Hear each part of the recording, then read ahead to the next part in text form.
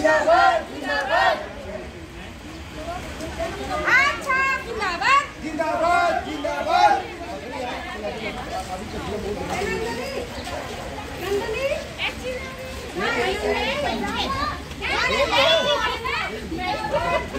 कहेंगे आप अध्यक्ष पद के प्रत्याशी हैं कांग्रेस से,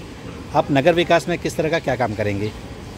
सर्वप्रथम नगर विकास में जितने हमारे 18 वार्ड हैं उसमें से 9 वार्ड हमारे एनएमडीसी के हैं, बाकी हमारे स्लम एरिया में हैं। तो मेरा पूरा फोकस हमारे स्लम एरिया के वार्डों में रहेगा और उसके साथ साथ एनएमडीसी के अंतर्गत जितने भी हमारे वार्ड आएंगे, हमारी पार्षद मैडम या भैया जो जीत के आएंगे उनकी जो प्रस्तावना रहेगी, उनके जो प्रस्ताव रहेंगे वो हम एनएमडीसी से समन्वय बना करके उनको भी पूर्ण करने की कोशिश करेंगे। जैसा कि आप पिछली बार पार्षद रही हैं 6 नंबर वार्ड से, तो 6 नंबर के आगे जो रणनीति है आपकी, और जैसा कि 6 नंबर वार्ड और 5 नंबर वार्ड में कुछ दिन पहले एक विवाद आया था जायसवाल के द्वारा ज़मीन के पट्टे का, जिसमें नगर के लोग बहुत ही ज़्यादा परेशान हुए थे। इसमें आपका कदम क्या होगा अगला? वार्ड नंबर 5 में 162 लोगों का हमने सर्वे करवाया। जो भूमि का जो सीमांकन हुआ है, मतलब सीमांकन फौरी तौर पर नहीं हुआ, राजस्व विभाग द्वारा अभी तक सीमांकन की जो सीमाएं बनानी थी वो अभी तक बनी नहीं है, लेकिन एक अंदाजन जो हम लोगों को जानकारी मिली थी कि ये भूमि यहाँ से यहाँ तक है, तो वहाँ के सभी जो परिवार हैं उनको बिठा करके 5 नंबर के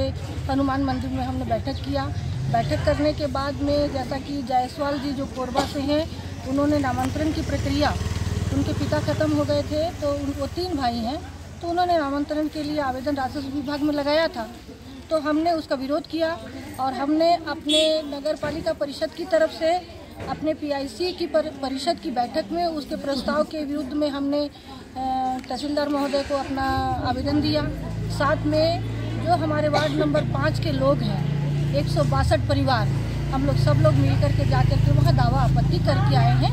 और वर्तमान में वह मुद्दा माननीय न्यायालय के विचाराधीन है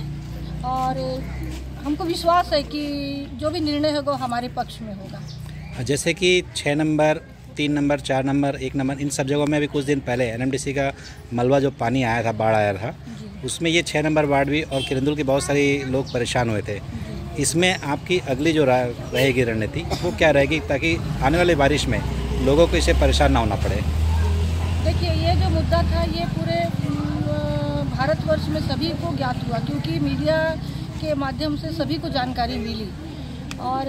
हमारी एनएमडीसी नवरत्न कंपनी है, उन्होंने सभी को सहयोग किया। जिसको जितना नुकसान हुआ उसके हिसाब से उनका मुआवजा का वितरण एनएमडीसी के द्वारा किया गया, परंतु निकट भविष्य में पुनः ये परिस्थितियां बन सकती हैं, जिसके लिए हमारे जिलाध्यक्ष दंतेवाड़ा महोदय द्वारा भी इस पर संज्ञान लिया गया है। कार्य योजना बनाई जा चुकी है और जहाँ तक है बृहद नाला, वो जहाँ पर जो स्टॉप डैम है आपका, वहाँ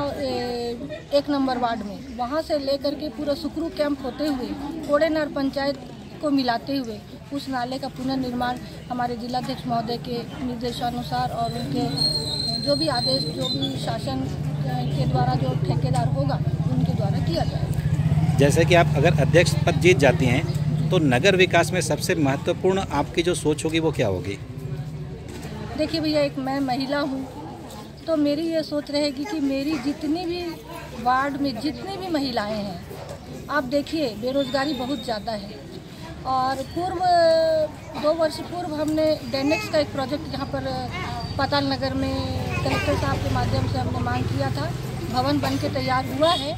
तो डेनेक्स के बारे में यदि हमारे जिलाध्यक्ष महोदय हमको अनुमति देंगे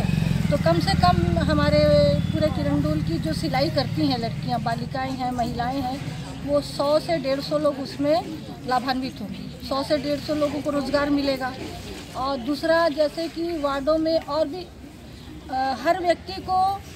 एक अच्छा रोज़गार दिलाने की कोशिश मैं करूँगी। किरंदुल की जनता को आप कोई संदेश देना चाहेंगे? मैं किरंदुल की जनता से यही कहना चाहती हूँ कि मैं भी आपके किरंदुल की बेटी हूँ और मुझ पर भरोसा जताइए। मैंने बहुत संघर्ष किया है वार्डों में, जहाँ पर भी जो समस्याएं, यदि रेलवे के विस्थापन की यदि कोई बात आती है या किसी वार्ड में कोई इस टाइप की समस्या आती है, उसको सबको लेकर के मेरे पीछे यदि कोई ना भी रहे, लेकिन मैं अकेली जाकर के उसको जूझती हूँ। तो मेरे इस जज्बे को मानते हुए, मेरी संघर्ष को देखते हुए मुझे यदि सेवा का अवसर देते हैं तो मैं उनकी अपेक्षाओं के अनुरूप एकदम सही जगह पर मैं उतरूँगी। और मैं कोई गलत काम आज तक मैं नहीं की हूँ, मैंने कई लोगों से सुना है, परंतु मैंने कोई गलत काम ऐसा नहीं किया है। और मैं विश्वास दिलाती हूँ कि किरंदुल की जनता, आप स्लम एरिया में चले जाइए, यदि आप पूछना चाहते हैं भैया तो आप पूछ के देखिएगा तो मुझे गुड्डी मैडम के नाम से जानते हैं, मुझे राजेंद्र मृणाल राय के नाम से लोग कम पहचानते हैं। परंतु यदि स्लम में आप जाके पूछेंगे तो गुड्डी मैडम कौन है, तो आपको कम से कम 10 लोग तो जरूर बताएंगे कि गुड्डी मैडम वहाँ है, तो हॉस्पिटल हमको लेके जाती है, तो हॉस्पिटल डिलीवरी के समय हमारे साथ रहती है, एम्बुलेंस की यदि कोई आवश्यकता होती है तो रात को 2 बजे हॉस्पिटल पहुँच जाती है। इस टाइप की बातें मैं अपनी तारीफ नहीं कर रही हूँ, लेकिन आप लोगों से जरूर एक बार पूछिएगा, मेरा यही निवेदन है।